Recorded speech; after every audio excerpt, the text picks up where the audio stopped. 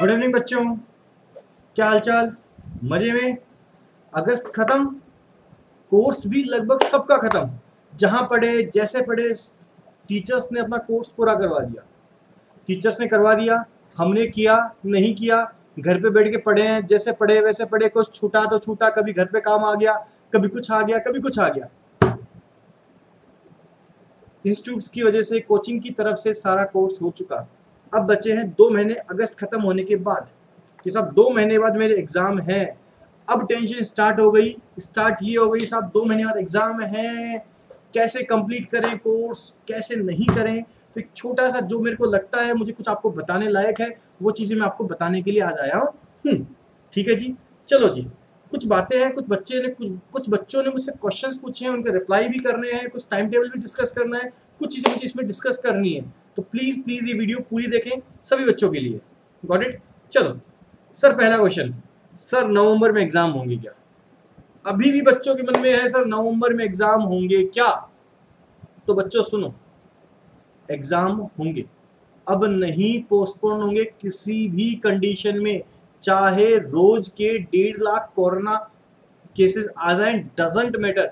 अब आपके एग्जाम्स होंगे, उनको कोई नहीं रोक सकता।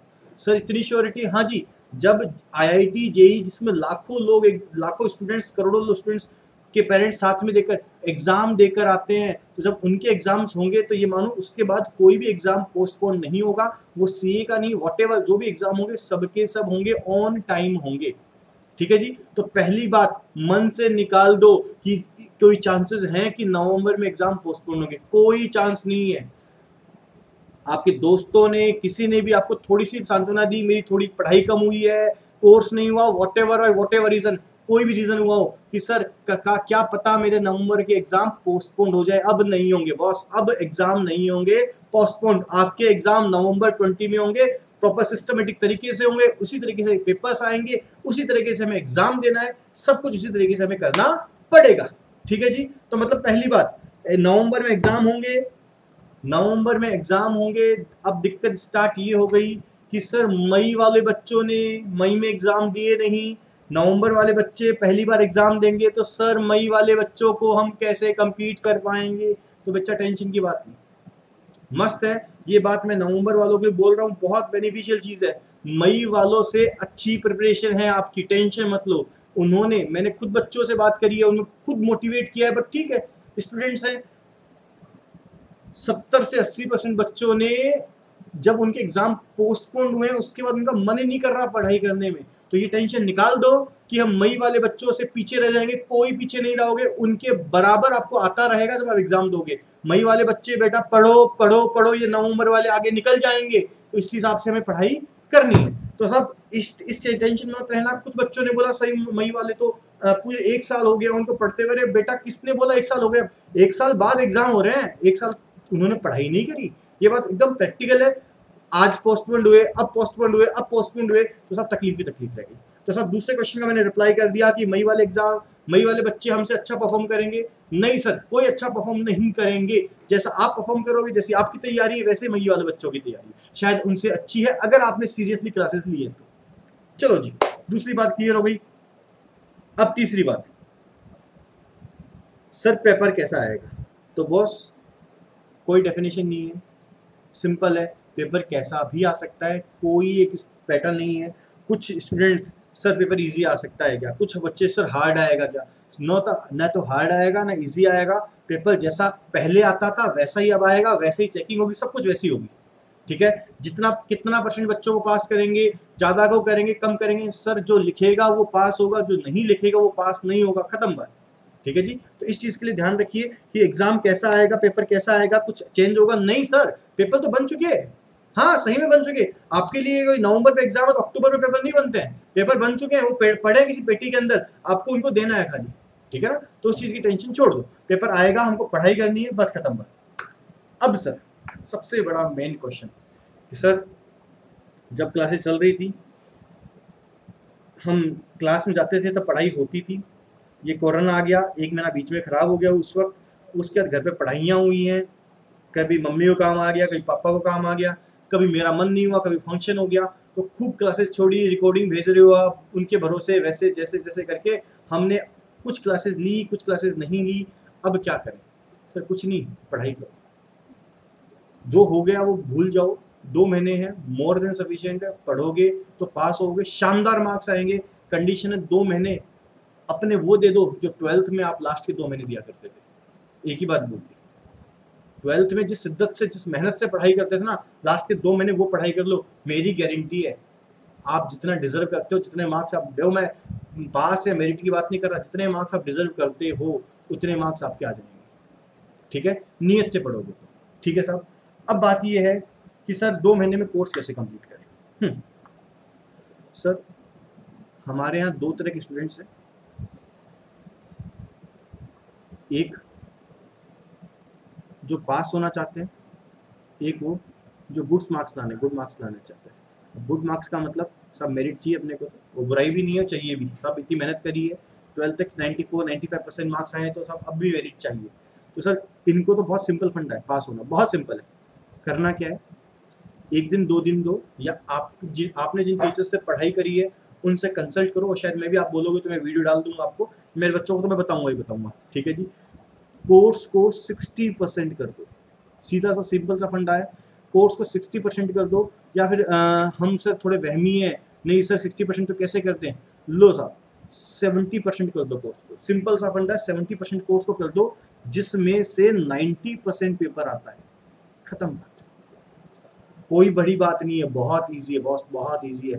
कितना कोर्स कर दो साहब, 70% कोर्स कर दो, और 70% को इतना शानदार कर दो कि 70%, अरे आप 30% कोर्स छोड़ रहे हो यार, और क्या जान लोगे क्या बच्चे की? 30% कोर्स छोड़ रहे हो, सो 70% कोर्स कर ले, जिसमें से 90% पेपर आ जाए, तो फिर हमें और क्या चाहिए? और ये कर सकते हो, ये सबको पता है कौन सा चैप्टर इंपॉर्टेंट होता है, कौन सा चैप्टर कम इंपॉर्टेंट होता है। Got it? इजीली पास हो जाओगे। अब सर ऐसा कैसे? देखो बच्चा, सीधी सी बात है, हमारे 100 मार्क्स का पेपर होता है, बट हमारे 100 मार्क्स का नहीं आता, 120 मार्क्स का पेपर आता है। ठीक है, 120 में से 20 छोड़ने का होता है। ठीक है, ड्रॉप करने का होता है। मैं पास वाले बच्चों की बात कर रहा हूँ, पास वाले बच्चों की बात कर रहा हूँ। ड्रॉप करने के लिए होता है बच्चा कितना, 100 मार्क्स। और सब मेरे जैसे बच्चे हैं, 90% 80% बच्चे मेरे जैसे होते हैं जिनका 100 मार्क्स का पेपर अटेम्प्ट नहीं होता पूरा। हम कितने मार्क्स का अटेम्प्ट करते हैं, हद मार के। मैं सही बता रहा हूँ, आपका फर्स्ट टाइम हो सकता है तो आप बोलोगे सर मजाक थोड़ी है, 12वीं तक 100 मार्क्स से है, 10 मिनट 15 मिनट पहले पेपर कर देते थे। सर गया टाइम, गया। 100 में से 80 मार्क्स पेपर कर दोगे ना, तो बाहर आकर खुशियां मनाना। 80 मार्क्स पेपर कर दो, तो सर हमारे पास कितना मार्क्स पेपर छोड़ने के लोग हैं, सोच के देखो आप। 40 मार्क्स पेपर हम छोड़ के जा सकते हैं, फिर भी हम पास हो जाएंगे। ठीक है जी, क्योंकि इतना ही होगा तो इजीली आप 70% कोर्स को कर सकते हो बिंदास होकर। लेकिन 70% तो ऐसा होना चाहिए टिप वाइज, तभी जाके मजा आएगा। चलो जी, अब दूसरी बात, सर क्या करें? हमें तो हमारे गुरुजी ने ये बड़े बड़े नोट्स दिए हैं, ये बड़े बड़े नोट्स दिए हैं। साहब एक ही बात बोलूं, मॉड्यूल करो, मॉड्यूल करो, खत्म हुआ। मॉड्यूल करो, मॉड्यूल करो, मॉड्यूल करो, मॉड्यूल करो, बस। सर मॉड्यूल तो सर बहुत कम है। अरे तभी तो बोल रहा हूँ बहुत कम है। सर मॉड्यूल में क्या करें? अब सुनो नई बात, मॉड्यूल में तो सर क्वेश्चंस, अरे बेटा जितने क्वेश्चंस है ना, सिंपल सा फंडा है, बहुत बड़ी बात बोल रहा हूँ, मुझे नहीं पता कोई बोलेगा नहीं बोलेगा आपको। जितने क्वेश्चंस है, जितने क्वेश्चंस है उनको रट जाओ। समझ लिया हमने, बहुत अच्छी बात है। रटने का मतलब नहीं 2 + 2 4 होंगे, 2 + 2 4 नहीं, उनके कॉन्सेप्ट्स को समझ लो, रट लो, उनमें से ही क्वेश्चन आएंगे और डिट्टो आएंगे। मैं गारंटी ले सकता हूं, इवन प्रैक्टिकल सब्जेक्ट्स की 100 में से 80 मार्क्स का पेपर, 120 में से होता है लेकिन 100 में से 80 मार्क्स पेपर केवल अमाउंट चेंज होंगी, और यो के मॉड्यूल से यो के क्वेश्चंस पढ़ेंगे। मॉड्यूल से यो के क्वेश्चंस पढ़ते हैं आपके, केवल क्या, डाटाज में भी नाम चेंज हो गया, अमाउंट चेंज हो गई, बस खत्म बात। उसके अलावा कुछ चेंज नहीं होगा भैया। हाँ जी, कुछ चेंज नहीं होगा, एकदम मजे से मॉड्यूल कर जाओ, मत करो कुछ भी, कोई मतलब नहीं।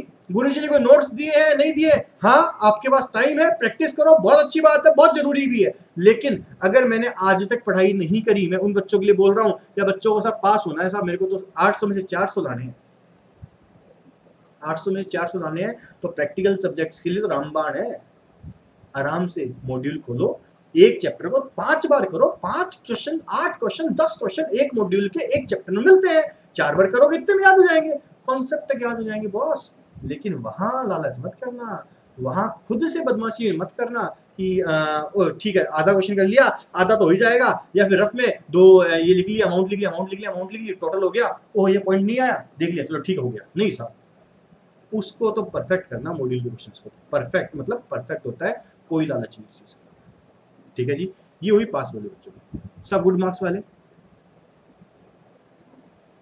क्या करें, देखना क्या बोला मैं, सेम गुड मार्क्स वाले सेम, हाँ जी सेम गुड मार्क्स, मतलब मेरिट वाले बच्चे, उनका दिमाग भी उस लेवल का होगा, कोई इशू नहीं है, बस मॉड्यूल पूरी करना। नोट्स आपके टीचर्स ने जो भी दिए व्हाटएवर, उनके क्वेश्चंस को कर लेना, उन क्वेश्चंस को कर लेना। ठीक है, ये बाकी दोनों के लिए है, ये तो करनी है। आरटीपी प्लस मॉड्यूल एमटीपी आपकी आती है, मिल जाएंगी। सर आरटीपी कितनी करें, लास्ट 3 अटेम्प्ट की, लास्ट 3 अटेम्प्ट की कर लीजिए, सब मेरा काम हो जाएगा। लो सर गुड मार्क्स वालों ने कुछ अच्छा बताया नहीं, अरे सेम और करके करोगे क्या है, मॉड्यूल कर लो, नोट्स कर लो। कोई वो टेक्स्ट सर ने करा दी, वो बांगड़ लेके आ रहा है, वो कोई और टीचर की किताब लेके आ रहा है, क्या करोगे यार, लास्ट के दिन याद रहेगा क्या, लास्ट के दिन याद, एक दिन मिलेगा बस किसी एक सब्जेक्ट को, आज अकाउंट्स पेपर है, अगले पेपर के लिए एक दिन मिलेगा, उसमें आपने 3-3, 4-4 किताबें कर रखी, उसको ग्रैब कर पाओगे क्या, क्या फायदा। जितना आता है उतना करो, लेकिन उसे ढंग से करो कि वो आ जाए ना तो गलतियां ना हो। ठीक है जी, तो कोई दिक्कत नहीं, मॉड्यूल करो, नोट्स करो, मस्त मॉड्यूल नोट्स करो। ठीक है, दूसरी बात, सबसे इंपॉर्टेंट चीज, खासकर उन बच्चों के लिए जो बहुत ज़्यादा कोर्स करते हैं, सर कुछ क्वेश्चंस बहुत इजी होते हैं, सुनना मैंने क्या बोला, कुछ क्वेश्चंस बहुत इजी होते हैं, कुछ क्वेश्चन मीडियम होते हैं, और कुछ क्वेश्चंस हार्ड बोल दो या टिपिकल बोल दो। तो सर ये क्वेश्चन रिपीट कर फायदा है क्या, केवल टाइम पास, मतलब टाइम पास बोलूँ, टाइम वर्थलेस नहीं बोलूँ, टाइम पास है, इसमें टाइम दो ना, इसमें टाइम दो ना। लेकिन दिक्कत क्या है, मेरे पास 20 क्वेश्चन दे रखे हैं, इस क्वेश्चन के ऊपर कहीं नहीं लिखा होता कि हार्ड है इजी है, तो सर वो चीज़ आप लिखो ना। कोस्टिंग है, कोस्टिंग में 10 तरह के क्वेश्चंस हैं, तो साहब एक काम करो ना, जो क्वेश्चन ऐसा लगे कि ये टिपिकल है, मैं एग्जाम टाइम पे भूल जाऊंगा, उसको टिक लगा लो साहब, ये मुझे वापस करना है। जो मीडियम है उनमें 1 या 2 पॉइंट ऐसे होते हैं जो आपको लगता है देयर इज सम डाउट, तो साहब उन पॉइंट्स को क्या कर लो, हाईलाइट कर लो उन पॉइंट्स को कि साहब ये पॉइंट देखना है, ताकि एग्जाम टाइम पे, अरे यार आप सोचो कोस्टिंग कितना बड़ा सब्जेक्ट है, या टैक्स कितना बड़ा सब्जेक्ट है, डायरेक्ट टैक्स, इनडायरेक्ट टैक्स, इतनी सारी, अगले दिन पेपर, कहां से करोगे सब कुछ, पॉसिबल ही नहीं है बॉस। तो थोड़ा सा दिमाग लगाओ ना। सैलरी के वो क्वेश्चन, वो बेसिक सैलरी 15,000 इंटू 12 करके देख रहे हो, डीएनएस अलाउंस वो पूरा करके देख रहे हो, क्या मतलब यार, उसमें उस क्वेश्चन में 3 या 4 पॉइंट होते हैं जो इंपॉर्टेंट होते हैं, या फिर जो आपके गलत हो सकते हैं, उनको टिक लगाओ ना, खत्म बात, कि ये पॉइंट मुझे एग्जाम टाइम पे देखना है, क्योंकि यही पॉइंट करूंगा बॉस, वहां पर 15,000 इंटू 12 आप गलती नहीं करोगे, 10 बार कर लो, एग्जाम में वैसा ही करना है, वहां नहीं भूलोगे जो लगता है क्वेश्चन में। और करना क्या, जिस वक्त क्वेश्चन करो उसी वक्त टिक लगा लो कि ये पॉइंट मुझे देखना है, बस खत्म बात, मेरा काम हो गया। ठीक है जी, तो साहब ये बात मेरी हो गई 2 महीने में कोर्स कैसे कंप्लीट करना है। ठीक है जी, पढ़ाई कैसे करनी है वो मैंने बता दी। अब चलते हैं अगले पॉइंट पर। ये सब मैंने बनाया तो मेरे स्पेशल मेरे बच्चों के लिए था, फिर भी मैं सभी के साथ शेयर कर रहा हूँ। ठीक है, एक टाइम टेबल है, छोटा सा टाइम टेबल का मोटिव क्या है, मैं मेरे बच्चों की टेस्ट सीरीज रख रहा हूँ, उसी रिगार्डिंग मैंने टाइम टेबल बनाया है। टाइम टेबल का मोटिव क्या होता है, बेनिफिट क्या होता है कि इस बहाने हमको एक शेड्यूल मिल जाता है कि साहब हम इसको पढ़ाई करें, इस हिसाब से इसको कंप्लीट करेंगे तो हमारा कोर्स 1 महीने या 1.5 महीने में कंप्लीट हो जाएगा। मैं वो बकवास नहीं करूँगा कि इतने सब्जेक्ट डिवाइड बाई कर दो, 4 दिन एक सब्जेक्ट को, 4 दिन एक सब्जेक्ट को, नहीं। कुछ सब्जेक्ट्स ईजी होते हैं, कुछ हार्ड होते हैं, तो मैंने थोड़ा सा शेड्यूल बनाने की कोशिश करी है। ये मेरी बच्चों की टेस्ट सीरीज़ है, बाकी आप में से भी कोई देना चाहे तो मुझे पर्सनली मैसेज कर दें। मैं कॉपीज़ तो उनकी चेक नहीं कर पाऊँगा किसी भी कंडीशन में, बट उनके वो पेपर दे सकते हैं, एलिजिबल है, उनको मैं किसी भी तरीके से पेपर्स अवेलेबल करा दूँगा। कोई कॉस्ट वोस्ट कुछ नहीं है इन सब चीज़ों की, ठीक है। आप चाहो तो दे सकते हो, कोई हार्ड एंड फास्ट किसी के लिए नहीं है इन चीज़ों के लिए, ठीक है जी। तो आराम से जिनको पेपर देना है वो दीजिए, टेलीग्राम मेरा ज्वाइन कर लेना, उसमें पेपर भेज दूँगा, ठीक है। बाकी आप मुझे पर्सनली कॉन्टैक्ट करना चाहो तो मैं अपनी उसमें कॉन्टैक्ट नंबर लिख दूँगा, तो आप मुझसे कॉन्टैक्ट कर सकते हो रिगार्डिंग दिस, ठीक है जी। चलो जी, पहली बात, टाइम टेबल समझने से पहले एक चीज़ और डिस्कस करनी है। देखो भाई, 100% बच्चों में ये रेशियो रहता है प्रैक्टिकल, सुपर, अच्छा भी सुपर, माइंड ब्लोइंग, अकाउंट्स आती है बॉस, कॉस्टिंग आती है, 10% जिनका थ्योरी अच्छा होता है। इन पे मैं नहीं जाऊँगा कि जिनकी थ्योरी अच्छी है वो तो मेरे को बहुत अच्छा लगता है, क्योंकि मेरी भी थ्योरी बहुत कमज़ोर है। अपन इन बच्चों पे नहीं जाएंगे, गंदे बच्चे। अपन बात करते हैं इनकी। हमारा हिमांशु हो गया, और खूब बच्चे हैं, सब प्रैक्टिकल अच्छा है। तो बॉस हिमांशु और सब बच्चे सुन लो, अकाउंट्स में 90 लिया, कॉस्टिंग में 80 लिया, टैक्स में 70 लिया, लो में अगर 35 आए ना तो फेल है। और ये आएंगे। अच्छा सर क्यों आएंगे हुई? सर क्यों, मैं तो पढ़ रहा हूँ रोज 10 घंटे, 12 घंटे, 15 घंटे पढ़ रहा हूँ। बेटा 15 घंटे पढ़ रहा है तू, नहीं पता क्या कर रहा है? तो 15 घंटे ये पढ़ रहा है जो तेरे को इंटरेस्टेड है, जो तो इंटरेस्टिंग है ना वो पढ़ रहा है। नहीं सर मैं लो भी पढ़ रहा हूँ, तो बेटा लो तू पढ़ रहा है ना, तो खाली तू पढ़ रहा है, तो यार दिमाग कुछ नहीं सारी। तो कुछ ऐसा ट्राई करें अपन कि लो हमको, या फिर ऑडिट हमको, या फिर तीसरा सबसे गंदा सब्जेक्ट, ये भगवान नाम लेते डर लगता है, EIS, SM, ये सब्जेक्ट्स भी हमारे हो जाएं और हमें पता भी नहीं चले। अच्छा ये मेरी ओपिनियन है पहली बात, मुझे लगता है ऐसा करना चाहिए। ऑब्वियस है ये आप सब पर एप्लीकेबल नहीं है, जो अपने हिसाब से देखो, मैं किसी हर एक बच्चे को नहीं समझा सकता। एक माइंड फ्रेम अपना होता है, खुद का टाइम टेबल खुद के दिमाग में होता है। एक कॉमन टाइम टेबल जो मुझे लगता है मुझे आपके साथ शेयर करना चाहिए, वो मैं आपके साथ शेयर कर रहा हूँ, ताकि आपको लगे कि ये भी एक अच्छा तरीका है, ठीक है जी। हाँ जी, मेरा जो टाइम टेबल आपको दिख रहा होगा, भी मैं डिस्कस भी करूँगा। एक सब्जेक्ट है, फिर दूसरा सब्जेक्ट है, फिर तीसरा सब्जेक्ट है।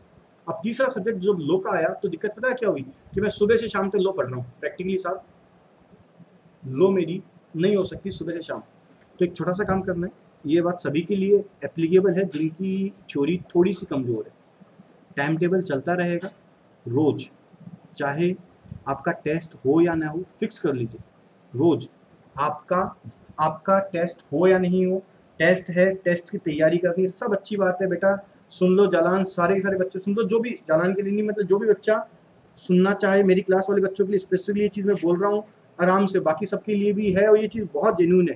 रोज 2 से 3 घंटे थ्योरी पढ़ो, वो थ्योरी में आपका लो कर सकते हैं, आप ऑडिट कर सकते हैं, और IAS कर सकते हैं। बस रोज 2 से 3, आप रोज पढ़ोगे तभी ये होगी, एक दिन में नहीं होगी साहब। थ्योरी है, मूवी थोड़ी चल रही है याद हो गई। ये तो वो अपन गुणगान नहीं करते क्या प्रेयर्स के अंदर, वो सब चीज़ें हैं, तो साहब ये याद नहीं होंगी, ठीक है जी। तो रोज़ 2 घंटे या से 3 घंटे रोज़ पढ़ो, फिक्स कर लो ये 2 से 3 घंटे पढ़ने ही पढ़ने, चाहे कुछ भी हो जाओ, एक टाइम फिक्स कर लो। और इसके अंदर भी आपको टाइम शेड्यूल होना चाहिए कि लो मेरी अगले 10 दिन में कंप्लीट हो जानी चाहिए।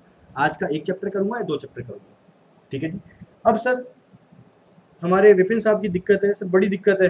क्या दिक्कत है सर? पढ़ भी ली, रोज पढ़ता भी हूँ, याद नहीं होती। तो साहब इसका भी एक तरीका है, हालांकि देखो बैंक सर आपको ज़्यादा अच्छे तरीके से बता पाएंगे, लेकिन मेरा जो ओपिनियन है वो आपको बता देता हूँ। साहब दिक्कत पता है क्या है? लो के साथ हम रीडिंग कर लेते हैं, बात खत्म। नहीं सर, एक चैप्टर के साथ 3 काम करो। एक चैप्टर के साथ पहले रीड कर लिया, ठीक है। एक बहुत अच्छी बात है, मैं बीच बीच में बोलता रहता हूँ। मैं कोई नई जगह गया, मैं मान लो दिल्ली गया घूमने, ठीक है। तो मैं किसी रास्ते से जा रहा हूँ, मैं रास्ते से गया, अगर मैं 1 महीने बाद 2 महीने बाद उस रास्ते में आऊँगा तो क्या मुझे वो रास्ता याद रहेगा? सर नहीं रहेगा, नहीं रहेगा, गारंटी है। 1 साल बाद तो चांस ही नहीं है याद होने के। लेकिन अगर मैं आज दिल्ली जाता हूँ, किसी गली में, किसी मोहल्ले में मैं अगर 10 दिन 12 दिन रह के आता हूँ, तो फिर उस गली में मैं 2 साल बाद भी जाता हूँ, 3 साल बाद भी जाता हूँ, तो धुंधली धुंधली यादें रहेंगी और मैं पक्का कोई ना कोई कनेक्ट कर लूँगा, चाहे कुछ भी हो जाए। आप अपनी नानी जी के जाते हो, 1 साल से जाते हो, आपको रास्ते तक याद है, पक्का याद है। अपने बुआ के मौसी के जाते हो, मुंबई जाते हो, क्यों याद है भाई वहाँ के रास्ते? मैं अभी मुंबई गया था आज से 4 साल 5 साल पहले, और रिसेंटली जाके आया था, मुझे रास्ते सारे याद है। क्यों भाई? क्योंकि मैंने वहाँ पर 2 दिन 3 दिन 4 दिन कंटिन्यू गुजारे। समझ रहे बात? मतलब कोई भी चीज़ को अगर आप कर लेते हो, उसी वक्त उसको रिकॉल कर लेते हो, तो वो चीज़ आप नहीं भूलोगे। ठीक है जी। थ्योरी में हमारी समस्या यही रहती है, पता है, हम थ्योरी पढ़ते हैं, लेकिन हम पढ़ते हैं रट ली, खत्म बात, अगले चैप्टर पे आगे। नहीं सर, ऐसा क्यों? रीड करो, रीड करने में पीछे क्वेश्चंस दे रखे हैं, उनको करो, और साथ में आरटीपी करो। एक चैप्टर आरटीपी में चैप्टर वाइज क्वेश्चंस दे रखे हैं बेटा, एक चैप्टर को आपने इनडायरेक्टली 3 बार कर लिया, और मेरी गारंटी है, अच्छा क्वेश्चंस और आरटीपी वाला पार्ट बिना देखे होगा, रीडिंग तो हो गई, और ये दोनों पार्ट बिना देखे होंगे, मतलब हम देखेंगे नहीं, खाली क्वेश्चन देखेंगे, आंसर दिमाग में सोचेंगे, हो गया, खत्म बात। और एक बार ये हो गया, फिर मेरी गारंटी एग्जाम से पहले मत उठाना चाहिए। आप उस दिन उठाओगे तो भी रिकॉल हो जाएगा, हाँ इसका तो ये आंसर हुआ था। हम पता क्या करते हैं, सर 5 बार लो करनी है, 3 बार लो करनी है, लो पूरी कर डाली 1 बार, फिर लो पूरी कर डाली 2 बार, लो कर डाली 3 बार, लो साहब क्या याद रहेगा यार? सिर्फ याद रहेगा, मेरा कुछ याद नहीं रहेगा आपको। तो साहब एक एक चैप्टर को पूरा करो। ठीक है जी, ये बात होगी साहब, रोज 2 से 3 घंटे थ्योरी पढ़नी है। अच्छी। अब सर मेरा टाइम टेबल सुनो, 3 तारीख को आपका ऑडिट का टेस्ट कंप्लीट हो जाएगा। ठीक है जी, उसके बाद की बातें हैं। ये टेस्ट इसलिए रखे गए हैं ताकि इस दिन तक आपके चैप्टर मेरे परफेक्ट हो जाए। परफेक्ट का मतलब समझते हो ना, कि चाहे कुछ भी हो जाओ, मुझे इनमें आप कुछ भी पूछ लो, मैंने सफिशिएंट टाइम दिया है। और एक अब खुद को जिद्दी बनाना बोलते हैं, जिद्दी, कुछ भी हो जाए ये तो होंगे, रात को खाना मिले ना मिले, मैं तो ये करके सोऊंगा। और ये जिद्दी बना अगर लाओगे तो आईपीसीसी पहली बार में क्लियर कर जाओगे। नहीं लाओगे तो कोई कुंभ का मेला तो है नहीं, हर 6 महीने बाद एग्जाम आते हैं, अगली बार फिर मिलेंगे आप और मैं। नहीं चाहते ना मिलना, तो फिर खत्म करो ना खुद को यार। ये 2 महीने पढ़ लो, या फिर अगले 6 महीने और पढ़ लो। मुंबई जाना है, जयपुर जाना है, रोज पढ़ना नहीं रहेगा, सब मुंबई जाना पड़ेगा अपने को। तो जाना तभी पड़ेगा जब बहुत ग्रुप क्लियर होंगे, पहली बार में होंगे तभी जा पाएंगे। नहीं साहब, यहाँ झुंझुनों में खूब घूम रहे हैं आर्टिकल्स, ठीक है ना, जो क्या बोलते हैं, सुबह जाते हैं बही खाते चेक करके आ जाते हैं। वो जो मजे वाली लाइफ है ना, जो सपना है आपका, रात को 12 बजे तक घूमेंगे, मस्त मजे करेंगे, बाइक चलाएंगे शानदार वाली, तो साहब वो सारे सपने तभी पूरे होंगे जब घर वालों से दूर जाओगे। और घर वाले दूर तभी भेजेंगे जब आप एलिजिबल हो जाओगे। एलिजिबल कहते हैं साहब यही है, खत्म बात, पास, वो भी बहुत करो। तो 2 महीने जिद्दी बन जाओ, खाली 2 महीने जिद्दी। जिद्दी मतलब कि सब पढ़ना है, खत्म बात। और 2 महीने पढ़ लो, अगले 3 साल मजे। 2 साल पढ़, 2 महीने पढ़ लो, अगले 3 साल मजे हैं, फुल मजे हैं, कोई रोक टोक नहीं है, कुछ नहीं, मस्त मजे करो। लेकिन अगर पास नहीं होगे ना, तो घर पे बैठना पड़ेगा, घर पे चलाते रहना फोन बैठे बैठे। घर के बाहर भी निकलोगे तो बेटा कहाँ जा रहा है, हिसाब देखो, वो हिसाब देना है तो रहो, मत पढ़ो, और हिसाब नहीं देना तो पढ़ो बेटा। और ऐसा नहीं है सर अभी तक नहीं पढ़ा पास नहीं होऊंगा, बॉस मेरी बात मैं बोल रहा हूँ, 80% बच्चों को समझ में नहीं आएगी, जो 20% बच्चों को समझ में आएगी ना, वो बच्चे ही पास होंगे, ये मान के चलो। अभी भी कुछ नहीं गया, बहुत होते हैं 2 महीने, अगर पढ़ोगे तो नियत से पढ़ोगे। सर कितनी देर पढ़े हैं, सर कितनी देर पढ़े हैं, बहुत बड़ा क्वेश्चन। जितनी आपकी कैपेसिटी है उतना पढ़ो, एक ही बात बोलते हैं, जितनी आपकी कैपेसिटी है। लेकिन सर कैपेसिटी तो मेरी 2 घंटे की है, तो फिर तो रोज पढ़ो, अगले नवंबर 21 तक पढ़ेंगे। मैं अपनी बता सकता हूँ, मैं लास्ट के 3 महीने इंटर में, लास्ट के 3 महीने 2.5 महीने इंटर में लगभग 13 से 15 घंटे पढ़ा, मैं मेरी बता सकता हूँ, रोज, एक दिन नहीं, रोज रोज इतने घंटे पढ़ा। अब सोच लीजिए कितनी मेहनत करी थी। मैं बहुत एवरेज स्टूडेंट था, अपन उस चीज़ में डिस्कस नहीं करेंगे मैं क्या क्या था क्या नहीं था, लेकिन बहुत एवरेज था, और एवरेज ग्रेड्स भी पास होते हैं बोथ ग्रुप में, उनमें से एक था। 59% मार्क्स इन 12th, कोई मैटर नहीं करता, बकवास बातें। पढ़ा था साहब, रिजल्ट दिया था, मस्त मेहनत करी थी तभी रिजल्ट आया था। लास्ट के 2 महीने सब कुछ है, पढ़ो, जैसे पढ़ना है वैसे पढ़ो, कोई दिक्कत नहीं, ठीक है जी। कोई दिक्कत नहीं है। चलो जी, हाँ अच्छा, ये टाइम टेबल मेरा आधा ही है, ये कंप्लीट कर लोगे अभी, फिर उसके बाद अपनी हिम्मत बची, जरूरी है ना, हम जोश जोश में तो पता नहीं है झंडे गाड़ देंगे, लेकिन जब टाइम आया तो झंडों ने हमें गाड़ दिया, वो काम नहीं होना चाहिए। ठीक है जी, तो आधा टाइम टेबल है, जिस दिन ये कंप्लीट हो जाएगा आपका, उस दिन के बाद मैं बचा हुआ टाइम टेबल आपको दूंगा। ठीक है जी, 7 सितंबर को आपका अकाउंट्स का पेपर होगा, इसमें incomplete record, hire purchase, insurance claim, cash flow statement और डिपार्टमेंट होंगे।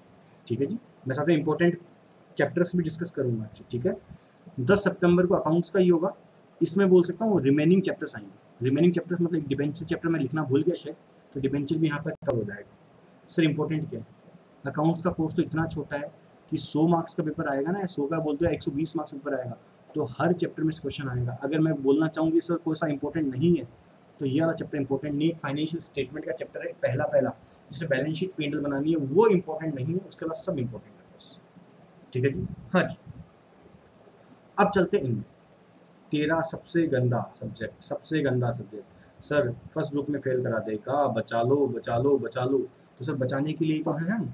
देखो जी, टैक्स को 3 भाग में बांटा है, मैंने ट्राई किया है कि आपको 2-2 दिन का गैप दूं, 2 दिन नियत से करोगे पूरी हो जाएगी, 15 घंटे की पढ़ाई देनी पड़ेगी। Basic salary, house property, capital की डिडक्शंस, सैलरी हमें आती है, ढंग से पढ़ाई भी होती है, पहला चैप्टर होता है।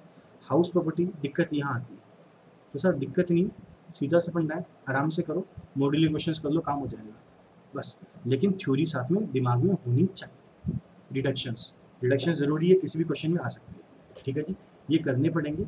ठीक है जी, उसके 16 सितंबर को ये भी आएंगे और पूरा कोर्स आएगा, जीएसटी फुल कोर्स आएगा, एक बार टेस्ट ले चुका मैं आपको, वापस पूरा रहेगा। ठीक है जी, हाँ जी, और फिर 3 टेस्ट लो के होंगे। चलो जी, अगर आपने यहाँ तक साथ में लो नियत से करी है 20 तारीख तक, ठीक है, तो इस यहाँ आपको लो में बिल्कुल जोर नहीं आने वाला, सच्ची बता रहा हूँ। क्यों? क्योंकि 20 दिन में तो लो भगवान, अगर नियत से करो तो डबल बार हो जाए, तो साहब यहाँ पर फिर आपको खाली रिवीजन करने मिलेगा। 3 पेपर होंगे, इसे फुल रिवीजन करो, मस्त रिवीजन करो, पूरे दिन पढ़ो, कम पढ़ा जाता है कोई और सब्जेक्ट ले लो।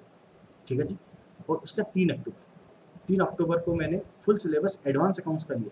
ठीक है जी, सर कोस्टिंग कहाँ गायब कर दी? तो बेटा मेरा एक्चुअल में मेरे बच्चों का कोस्टिंग पेपर हो चुका, फिर भी जो बच्चे फर्स्ट ग्रुप दे रहे हैं, सुन लो मेरी बात, जो बच्चे फर्स्ट ग्रुप दे रहे हैं उनका यहाँ पर कोस्टिंग होगा, उन बच्चों का यहाँ पर कोस्टिंग होगा। क्या होगा? कोस्टिंग होगा। ठीक है जी, तो उस हिसाब से थोड़ा सा मेंटली प्रिपेयर होना कि हाँ हम क्या करने वाले हैं। ठीक है, अच्छा अब दूसरी बात, सर टेक्स्ट में कैपिटल भूल गए, बीएनपी साफ हो गया, सब्जेक्ट ऐसे ही, टॉपिक्स ऐसे हैं, हाउस प्रॉपर्टी की वैल्यू खत्म हो गई, क्या करें? तो साहब जब मैं आपको पढ़ाऊंगा, अगर आप चाहोगे तो मैं उस वक्त आपको रिवीजन कराऊंगा। जैसे सैलरी मेरा 1 घंटे में हो जाएगा, हाउस प्रॉपर्टी 1 घंटे में हो जाएगा, तो जैसे जैसे मैं टॉपिक्स आपको रिवीजन कराता जाऊँ, तब आप उसको 2 घंटे 4 घंटे देकर उसको खत्म करो, फिर हम दूसरा चैप्टर रिवीजन करेंगे। तो अगर आप नियत से बोलोगे तो मैं 11 से लेकर 16 तारीख तक आपके पूरी डायरेक्ट टेक्स्ट रिवाइज करा दूंगा। आपको क्या करा दूंगा? रिवाइज करा दूंगा, क्योंकि साथ साथ में आपकी होती भी जाए और हम दोनों काम एक साथ कर सकें। ठीक है जी, तो मेंटली प्रिपेयर रहना, वो हम डिस्कस कर लेंगे हमारे ग्रुप के अंदर कि हमें कैसे क्या करनी है। ठीक है जी, ये बात है। अच्छा, सबसे बड़ा क्वेश्चन, देखो मैं सारे क्वेश्चन का रिप्लाई कर रहा हूँ। बहुत बच्चों ने पूछा सर फर्स्ट दें या बोथ दें, तो सब मेरे बच्चों के लिए तो मैं ये बोलूँगा, मैं 29 तारीख को बताऊँगा कि हमें फर्स्ट देने है कि बोथ देने है, और जो बच्चे टेस्ट देंगे उनको खुद फील हो जाएगा 29 सितंबर को कि हमें फर्स्ट देना है कि बोथ देना है। ठीक है जी, अगर वो फेयरली एग्जाम देंगे घर बैठ के, तो उनको पता चल जाएगा कि साहब मुझे फर्स्ट देना है या बोथ देना है। ठीक है ना, क्योंकि दोनों में फेल होने से अच्छा एक ग्रुप में पास होना। ठीक है जी, अब बात ये आती है कि सर हमें अभी बता दो, तो सर आपने ये सब्जेक्ट, ये टॉपिक्स आपने क्लास में कर लिए, अगर आपको क्लास में ढंग से समझ में आ गए थे, आपने क्लासेस पूरी ली थी, ठीक है, और आपका माइंड फ्रेम अच्छा है जो चीज़ों को कैप्चर इजीली करता है, हम बहुत ग्रुप देंगे इस बार। हो सकता है तो बी फ्रैंक थोड़ा सा आपके साथ इंस्टीट्यूट लिबरल रहे, क्या रहे, क्योंकि सर सबने उसी तरीके से पढ़ाई करी है जिस तरीके से आपने पढ़ाई करी है। ठीक है ना, तो सबका लेवल उतना ही जितना आपका है, तो अगर आप थोड़ी सी मेहनत करोगे तो इजीली बहुत ग्रुप क्लियर कर जाओगे। ठीक है, तो मैं बहुत ग्रुप के लिए रिकमेंडेड करूँगा, लेकिन जिनको टेक्स्ट में कुछ भी याद नहीं, कि हेड भी हुआ करते थे हमारे कुछ, ठीक है, वो फर्स्ट ग्रुप दे सकते हैं, कोई तकलीफ की बात नहीं। ठीक है जी, ये बात मेरी होगी। कुछ और बचा गया देख लेता हूँ मैं। चलो जी, हाँ जी, जिनको पेपर देने वो टेलीग्राम में ज्वाइन कर सकते हैं, मेरे को पर्सनली मैसेज से बात कर सकते हैं कि सर हमें ये करना है, ये का नहीं करना। ठीक है जी, tata bye bye, best of luck. पढ़ो पढ़ो पढ़ो, दबाव में आके नहीं, मजे से पढ़ो, लेकिन 15 घंटे की पढ़ाई दो, ये मानकर कि ये 2 महीने की पढ़ाई मेरे अगले 3 साल बहुत शानदार गुजारने वाली है। देखो बॉस, अब आप आईपीसीसी में हो, ऐसा तो है नहीं कि आपकी आप में से जो नवंबर में फेल हो जाएगा वो पढ़ाई छोड़ देगा, है क्या? कोई नहीं है ना। तो साहब नवंबर में फेल, तो अगला मई क्या टाइम कितना मिलेगा? 3 महीने। 3 महीने अभी मिल रहा है, अब नहीं पढ़े, उन 3 महीने में क्या सिर पढ़ लोगे मेरा? नहीं पढ़ पाओगे। तो साहब मई में फेल, नवंबर में फेल, या फिर एक एक ग्रुप पास हो रहा है, तो साहब 1 साल 1.5 साल खराब करने का आपको कोई घर वाला बाहर नहीं भेजेगा, ये मान के चलो ये चीज़। और पहली बार में पास तो पास नहीं फेल, पास तो पास नहीं फेल। मैं आज तक आपको बोलता आया हूँ कि पढ़ाई जरूरी है, लेकिन अब जरूरी है पास या फेल, अब जरूरी है पास या फेल। ये 2 महीने आपके ज़िंदगी के one of the best time जाने वाला है। ये फाउंडेशन नहीं है, दोस्त ने टिपा दिया, पहले का याद था, लक था, कैसे भी करके पास हो गए, नहीं साहब अब ऐसा नहीं होगा। जो फाउंडेशन में बेस्ट पास हुए उनमें से 10% बच्चे पास होंगे, 10% बच्चे बोथ ग्रुप पास होंगे। इसके लिए बहुत मेहनत करनी पड़ेगी, बहुत मेहनत करनी पड़ेगी, और हम करेंगे बेटा। ये 2 महीने हम खूब पढ़ेंगे।